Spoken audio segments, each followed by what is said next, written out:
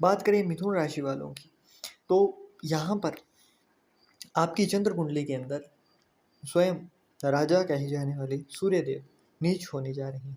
सूर्यदेव 17 अक्टूबर से तुला राशि के अंदर गोचर करेंगे और तुला राशि के अंदर गोचर करने के बाद यहाँ पर नीच का फल देते हुए दिखाई देंगे। अब रीज़न क्या होता है? सबसे बड़ी जो दिक्कत होती है वो ये होती है कि जब भी सूर्यदेव यहाँ पर इस राशि के अंदर गोचर करते हैं तो आपके आत्मविश्वास की बात करें, आपके आत्मबल की बात करें, आपका खुद के ऊपर जो नियंत्रण होता है उसकी बात करें, आपकी बुद्धि की बात करें, तो वो कहीं न कहीं आपका साथ छोड़ने लगती हैं, है ना? आप ऐसा डिसीज़न ले लेते हो ना चाहते हुए भी कि वो फिर आपको कई सालों तक दिक्कतों में डाले रखती है। तो यहाँ पर इन चीज़ों से बचाव करना होगा। कुछ सावधानियाँ हैं जिनका पूर्ण रूप से ध्यान देना होगा। हालाँकि यहाँ पर जब भी सूर्यदेव का गोचर होता है तो ये जो है आपके घरों के ऊपर भी डिपेंड करता है। मतलब कुंडली के अंदर, लग्न कुंडली के अंदर अगर छठे, 8वें, 12वें भाव में है सूर्यदेव, तो यहाँ पर थोड़ा-सा इम्पैक्ट जो है और भी बुरा होता हुआ दिखाई देगा। परंतु अगर यहाँ पर ऐसा नहीं है, सूर्यदेव अच्छे हैं, तो यहाँ पर सूर्यदेव पंचम भाव के अंदर आपकी जो चंद्र कुंडली है उसके अंदर गोचर कर रहे हैं। पंचम भाव जो होता है वो खुद का होता है। अब अपना घर है, राशि चाहे कोई भी हो, परंतु अपना घर है तो उतना ज़्यादा रिजल्ट यहाँ पर बैड आपको देखने को नहीं मिलेगा। परंतु दो चीज़ों का आपको खास तौर पर ध्यान देना है। एक तो आटे का दान नहीं करोगे आप, और दूसरा घी को जलाने से यहाँ पर बचना है। 17 अक्टूबर से लेकर 16 नवंबर के मध्य अगर आप मंदिर के अंदर धूप ज्योत की बात करते हो या फिर किसी भी प्रकार से घी को जलाने की बात होगी तो वहाँ पर आपको मनाही है इस महीने के अंदर। बाकी यहाँ पर अचानक लाभ के योग भी बनेंगे, है ना? कुछ सावधानियाँ हैं जो आपको रखनी पड़ेंगी। अब यहाँ पर अचानक लाभ के योग बनेंगे, परंतु कब बनेंगे? क्या आप रिस्क ले सकते हो? अगर आप जुआ, सट्टा, ट्रेडिंग इत्यादि करते हो तो क्या आपके लिए फेवरेबल है? तो एक-एक चीज़ के ऊपर हम लोग यहाँ पर खुलकर बातें करने वाले हैं। पंचम भाव में बैठकर इनकी 7th एस्पेक्ट जो होती है वो 11वें भाव पर होती है ना? ये चीज़ हम सभी जानते हैं। तो यहाँ पर अचानक लाभ के योग भी बनाएँगे, परंतु कब बनाएँगे? रीज़न है यहाँ पर जिन लोगों की कुंडली के अंदर शुक्र जो है वो अच्छे हैं, शनिदेव का अच्छा फल लेने के लिए यहाँ पर आपको दोबारा मज़दूरों को ट्रीट देना। मज़दूरों को यहाँ पर ट्रीट कैसे दोगे? क्योंकि मंगल जो है ना वो कहीं न कहीं अभी आपके लिए फ़ायदेमंद होंगे। 28 अक्टूबर से मंगल का अच्छा हाल शुरू होगा। तो यहाँ पर आप कुछ भी मीठा जो कि ऑयल से फ्राइड होता है, जैसे बूंदियाँ हो गई, है ना? तो बूंदी यहाँ पर आप मज़दूरों के अंदर बाँट सकते हो, तो उससे क्या होगा कि मंगल का प्रभाव शनि पर आता है और शनि से मंगल के उतने बुरे रिश्ते नहीं है, मतलब मंगल की तरफ से दुश्मनी और शनि की तरफ से मित्रता का भाव है। तो इसलिए यहाँ पर आपके लिए नेगेटिव रिज़ल्ट देखने को नहीं मिलेगा।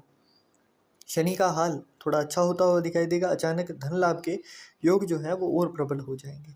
इसके साथ-साथ यहाँ पर जब आप स्नान करें तो उस समय के अंदर या तो पानी के अंदर थोड़े-से गुलाब की पंखुड़ियाँ अगर फूल की जो होती हैं, वो आप डाल सकते हो।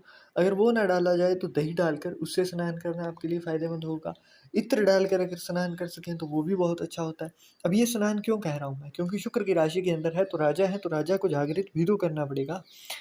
कभी भी आपने नहीं देखा होगा कि जब आप किसी भी राजा को मूवीज़ के अंदर देखते हो, ख़ास तौर पर इंडियन मूवीज़ जो होती हैं, उनके अंदर आप देखते हो तो वो कहीं न कहीं शुक्र का ही उपाय कर रहे होते हैं। उनके जल के अंदर है ना, राजा ही नहीं और रानियाँ ही नहीं, है ना? आपको हर बार ऐसा ही एक सेम चीज़ देखने को मिलेगा, तो वो कहीं न कहीं शुक्र का उपाय करते हैं। अब यहाँ पर अगर आप शुक्र का भी हाल अच्छा लेते हो तो यहाँ पर वे लोग जिनका जुआ का काम है, लॉटरी का काम है, सट्टे का काम है, तो उनके लिए यहाँ पर फ़ायदेमंद होता है। 5वाँ भाव जो है वो पितरों का भी भाव है और शुक्र जो है वो दैत्यों की है। तो यहाँ पर कहीं न कहीं माँ लक्ष्मी की कृपा आपके ऊपर अच्छी होती हुई दिखाई देगी और 17 अक्टूबर उनके आसपास जो है आपके द्वारा अगर आप खरीद कर ला सकें तो कमलगट्टे की माला लाकर इस समय के अंदर अगर आप यहाँ पर कमलगट्टे की माला लाते हो और उसके ऊपर से जाप शुरू कर देते हो, है ना? माँ लक्ष्मी के महालक्ष्मी जो मंत्र है उसका, तो उससे आपको और भी अच्छा जो पॉजिटिव रिज़ल्ट है वो देखने को मिलेगा। आपको सडन यहाँ पर लाभ होते हुए दिखाई देंगे। पढ़ाई की बात करें तो वो अच्छी होती हुई दिखाई देगी। इनकम के मामले में भी अच्छा है, परंतु यहाँ पर कोई बहुत बड़ा रिस्क लेने से बचाव करना है। ऐसा कहीं हो ना कि आपको ₹10 डालने हैं, ₹100 बन जाएँगे और इतना सब कुछ डालना है ना, तो वहाँ पर आप जहाँ तक हो सके इस समय के अंदर बचाव करेंगे।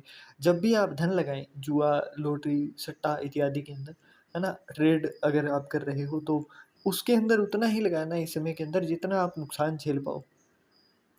क्योंकि जब तक लग्न कुंडली नहीं देखी जाती है तो 100% हम बता नहीं सकते हैं कि कैसा होगा हाल, है ना? हो सकता है आपकी लग्न कुंडली के अंदर सूर्य बहुत अच्छे हैं तो अच्छा फ़ायदा आपको देंगे। तो शुरू के जो 7 दिन होते हैं ना, उनके अंदर ही सूर्य देव अपने गोचर में बता देते हैं कि कैसे रहेंगे वो। तो 7 दिन के अंदर-अंदर आपको हर चीज़ का हाल पता लगने लग जाएगा।